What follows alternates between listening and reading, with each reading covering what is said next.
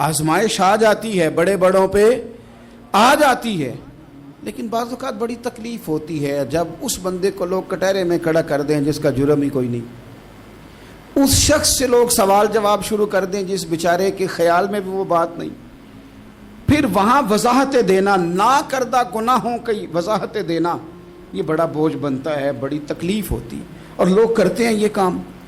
پھر اللہ تعالیٰ جب بندوبست فرمائے، صحیح بخاری میں حضرت جریج کا ذکر فرمایا، جریج نفل پڑھ رہے تھے، ماں نے آواز دی، وہ آ نہیں سکے، نماز میں تھے، ماں ناراض ہو گئی، اس نے ہاتھ اٹھا کے کہا اللہ یہ اتنی دیر تک مرے نہ جب تک کسی بری عورت کا منہ نہ دیکھ لے۔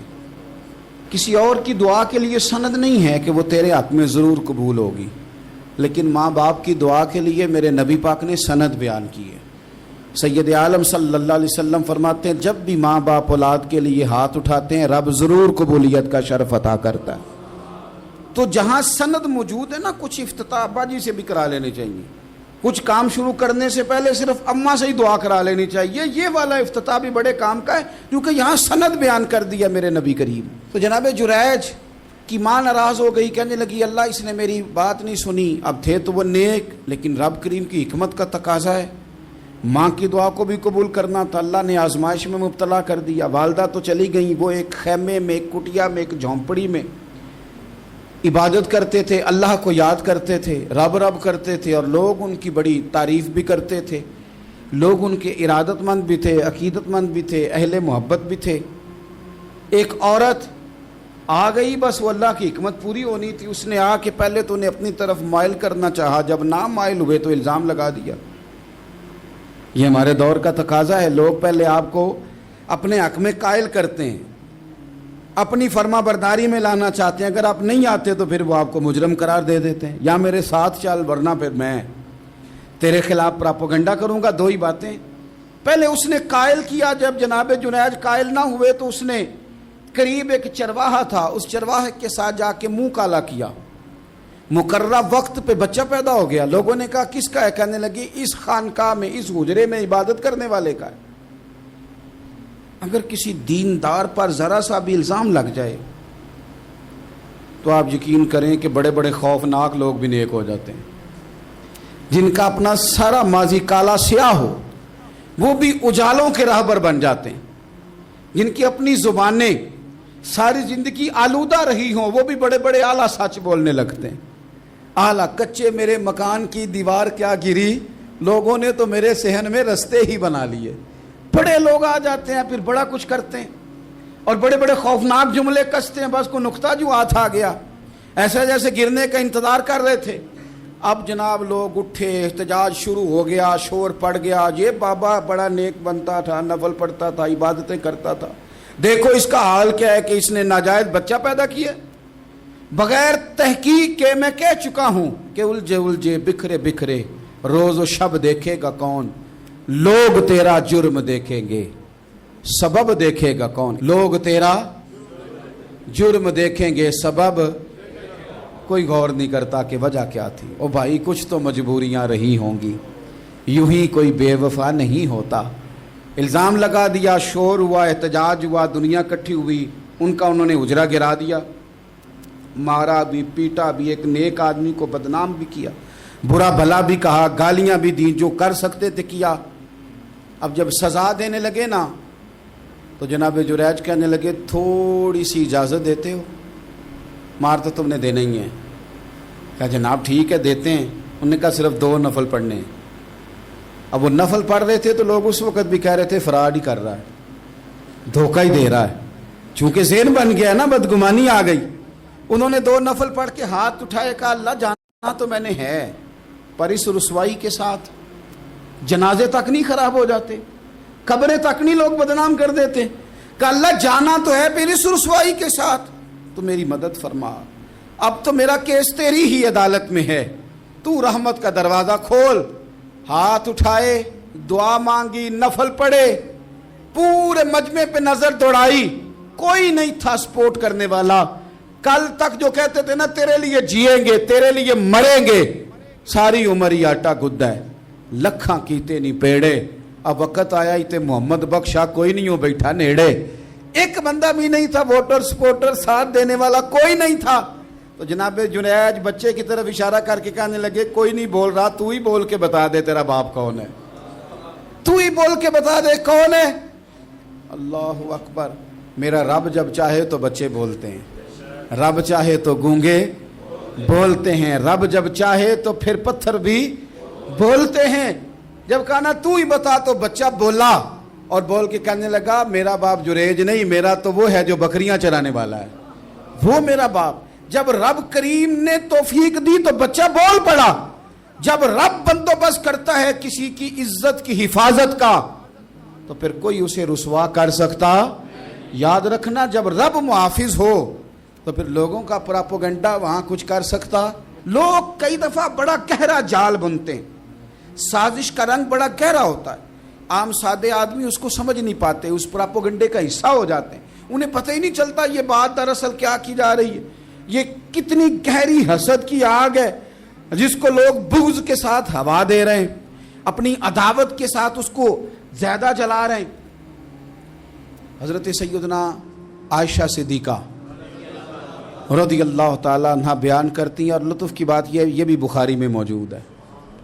میں نے جناب جنید کا قصہ عرض کیا تو بخاری سے، یہ عرض کر رہا ہوں تو بخاری سے.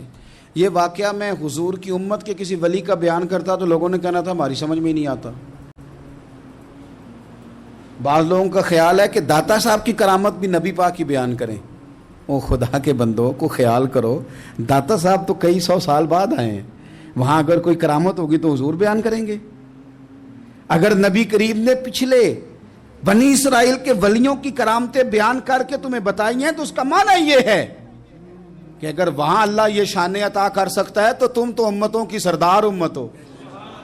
ان پر تو نیرا فضل ہے، تم پر تو رب کا فضل کبیر ہے. تو بس لوگ سمجھنے کو تیار نہیں، پچھلوں کی مان لیتے ہیں. جناب آصف بن برخیہ کی کرامت جو سورہ نمل میں آئی وہ تو مانیں گے، پر غوث پاک کی کرامت یہ پتہ نہیں عجیب فلسفہ ہے، اور کس طرح کا فلسفہ ہے یہ سمجھ سے بالاتار ہے کہ بنی اسرائیل کا کوئی ولی ہو تو اس کی کرامت ہو سکتی ہے اور نبی پاک کی امت کا ہو تو اس کی ہو ہی نہیں سکتی. کیا معنی ہے اس بات کا؟ اور لوگ ہیں کہ داد و تحسین دے رہے ہیں، واہ واہ کر رہے ہیں. اللہ تعالیٰ سمجھنے کی توفیق عطا فرمائے. حضرت عائشہ صدیقہ رضی اللہ تعالیٰ عنہ فرماتی ہیں ایک عورت تھی اور اسے نبی پاک صلی اللہ تعالیٰ علیہ وسلم نے وہ کلمہ پڑھ کے مسلمان ہوئی، مدینہ طیبہ آ گئی تو حضور نے مسجد نبوی شریف میں اس کے لیے مکان، ایک سادہ سا کمرہ ساتھ مسجد کے بنوا دیا، وہیں رہنے لگی. اکثر وہ سیدہ طیبہ کے پاس آتی تو حضرت عائشہ صدیقہ رضی اللہ تعالیٰ عنہ فرماتی ہیں وہ بڑی باتیں سناتی اور آخر میں کہتی وہ ہار والا دن بھی بڑا عجیب دن تھا اور میرے رب کی قدرتوں کا دن تھا، وہ بھی بڑا عجیب دن تھا. سیدہ عائشہ صدیقہ رضی اللہ تعالیٰ عنہ ایک دن فرمانے لگی کہ تو ہار والے دن کا بڑا ذکر کرتی ہے، وہ کیا دن تھا؟ تو خاتون کہنے لگی اماں جی وہ دن تھا جب میرے رب پر بھروسہ اور مضبوط ہو گیا، جس دن میرا اپنے رب پر توکل اور بڑھا، میرے ایمان میں یقین میں اور پختگی آئی. کہنے لگی میں ایک گھر کی کنیز تھی، نوکرانی تھی، اس گھر میں ایک بچی تھی جس کے پاس سونے چاندی ہیرے جواہرات کا ہار تھا. اس زمانے میں نا چمڑے کے اوپر لوگ ہیرے جواہرات لگاتے تھے، کئی دفعہ سرخ رنگ کے چمڑے پہ لگائے جاتے تھے. وہ بچی پہنتی تھی تو کہتی ہوں بچی کے اس نے اتار کے رکھا یا اس سے گرا وہ ہار تو چیل اسے اٹھا کے لے گئی گوشت سمجھ کے اور میرے سامنے اٹھا کے لے گئی. گھر والوں نے مجھ سے پوچھا، یہ بخاری میں موجود ہے، گھر والوں نے پوچھا مجھ سے کہ وہ ہار کہاں ہے تو میں نے کہا چیل اٹھا کے لے گئی. گھر میں کچھ چوری ہو جائے تو سب سے پہلا الزام کس پہ لگتا ہے؟ ملازمین پہ. کہتے انہوں نے مجھے بڑا مارا، بڑی تکلیف تھی، حتیٰ کہ میری شرمگاہ تک کی تلاشی لی، میری عزت اتنی خراب کی میں بتا نہیں سکتی. میں نے اپنی زندگی میں ایک واقعہ دیکھا، ایک امیر گھر میں چوری ہو گئی، ملازم کو اتنا مارا کہ وہ چارپائی پہ پڑ گیا. پولیس والوں سے اتنی مار پروائی گئی کہ وہ بیچارہ چارپائی پہ پڑ گیا اور پھر وہ اتنا بیمار ہوا اور کچھ دنوں کے بعد پتہ چل گیا کہ چور تو اپنا بیٹا ہے ان کا. پھر اس کا انتقال ہو گیا. اب وہ سیٹھ صاحب اور گھر والے آ کے نا مرنے والے کے کان میں معافیاں مانگ رہے ہیں، کان میں. تو میں نے ان سے پھر کہا تھا کہ یہ تو اب چلا گیا ہے، تمہارا زور چلتا تھا نا تو تم نے قانون خریدا اور تم نے اسے جتنا ہو سکا تم نے اسے مار پڑوائی. تمہارے پاس جو عدالتیں تھیں تم نے وہاں کارروائی کی. اب ایک عدالت قیامت کے دن لگے گی. یہ کمزور تھا نا, کچھ کر نہیں سکا. میرے نبی پاک صلی اللہ علیہ وسلم نے فرمایا سن لو, اگر سینگ والی بکری نے بغیر سینگ والی بکری کو تکلیف دی ہوگی نا تو قیامت کے دن اسے بھی بدلہ دینا پڑے گا کہ تیرے پاس سینگ تھے اور تو نے اسے مارا تھا. وہ خاتون عرض کرتی ہے سیدہ عائشہ کی خدمت میں کہ مجھے بڑا مارا, مجھے تکلیف دی. میں کہہ رہی تھی کہ میرے سامنے چیل لے گئی ہے پر وہ نہیں مان رہے تھے. اماں جی انہوں نے مجھے بڑا مارا. حضرت عائشہ صدیقہ کہتی ہیں پھر کیا ہوا؟ کہنے لگی اماں جی جب کوئی میرا مددگار نہ رہا, مجھے تکلیف دے رہے تھے, رسوا کر رہے تھے, تو میں نے اپنے رب سے مدد چاہی. میرے رب کی طرف میں نے توجہ کی. میں نے کہا مالک اب تو ہی میرا مددگار ہے. کہتی ہے وہ مجھے مار رہے تھے تو وہ چیل جو ہار لے گئی تھی وہی لے کے واپس آ گئی اور ہمارے سروں کے قریب لا کے اس نے جب اس ہار کو پھینکا وہ مجھے چھوڑ کے سائیڈ پہ ہوئے. وہ میری بے گناہی جان گئے, لیکن آپ کو بتاؤں اس دن سے میرا اپنے رب پر یقین اور بڑھ گیا. مجھے سمجھ آ گئی کہ جب انسان پورا ٹوٹ جاتا ہے اور جب کوئی چاروں جانب اس کا مددگار نہیں ہوتا تو رب تو ہوتا ہے نا, اللہ تو اس کا مددگار ہوتا ہے نا. وہ تو پھر اپنے اس بندے کی مدد کرتا ہے نا, پھر وہ تو توانائی دیتا ہے نا, وہ تنہا نہیں چھوڑتا. وہ تو آنسوؤں والوں کے آنسوؤں پہ بڑا کرم فرماتا ہے. وہ تو قسم پرسی میں آ جاتا ہے, اس کی رحمت بڑھ کے استقبال کر لیتی.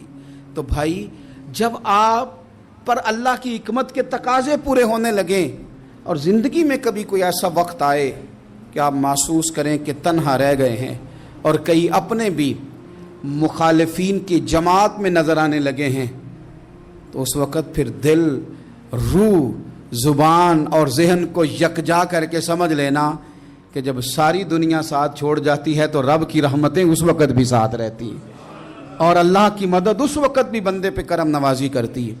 ایک اور حدیث سنیں, لطف کی بات یہ ہے یہ بھی بخاری میں ہے, یہ بھی واقعہ بخاری میں ہے. اللہ اکبر.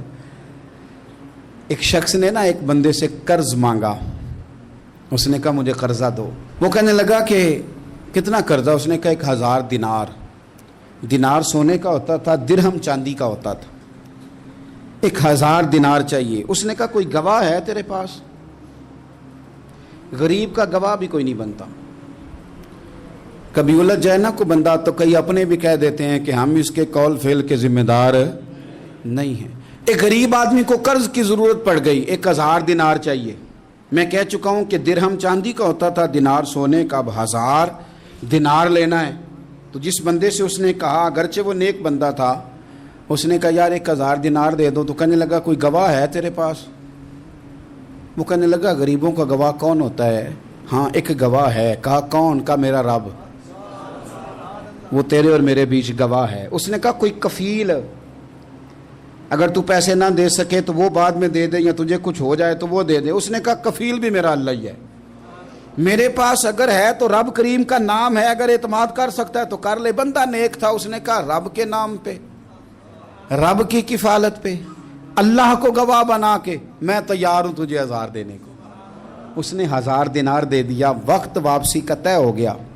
وہ چلا گیا پیسے لے کے. اس نے پوری محنت کی کہ میں نے وقت پہ پیسے لوٹانے. پوری محنت بھی کر لی, اللہ نے مدد بھی کر دی, پیسے بھی اس تاریخ کو اسے مل گئے. بعض لوگوں کا تو لوٹانے کا دل ہی نہیں نہ ہوتا. فرمایا حدیث پاک میں کہ تو لوٹانے کا ارادہ کر, رب تیری مدد بھی فرمائے گا. لیکن یہاں بہت سارے لوگ کہتے ہیں خیر ہے, ارادہ ہی نہیں. تو پھر جس طرح کا بندے کا گمان ہو رب بھی اسی طرح کا معاملہ فرماتا ہے. اس نے پیسے جمع بھی کر لیے اور واپس دینے کو تیار بھی ہو گیا, لیکن رستہ بحری جہاز کا تھا, کشتی کا تھا, دریا کے رستے واپس آنا تھا. اب وہ جب آ گیا دریا کے کنارے تو بڑی کوشش کی پر وہاں اسے کوئی کشتی نہیں ملی. وقت پہ پیسے لوٹانے ہیں, سفر کرنا ہے, اب سواری میسر نہیں ہے. سوچ سوچ کے پریشان تھا کہ میں نے تو اللہ کے نام پہ لیے. اچانک دل میں ایک تجویز آئی. اس نے ایک لکڑی لی, لکڑی کو اندر سے کھولا, 1000 دینار اس میں بھرا. بخاری پڑھ رہا ہوں.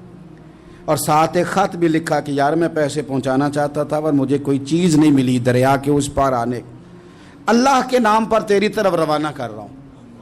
اور یہ کہہ کے وہ لکڑی دریا میں رکھ دی، وہ لکڑی ڈوب گئی ہے، واپس آ گیا۔ وہ جس نے پیسے لینے تھے وہ عین مقررہ وقت پر دریا کنارے آیا، صبح سے سر شام تک اس نے انتظار کیا۔ دل ڈھلنے لگا تو دل میں خیال آ گیا کہ یار نہیں، اس نے دینے ہی نہیں، جھوٹا وعدہ کر گیا، پہنچا ہی نہیں وقت پہ۔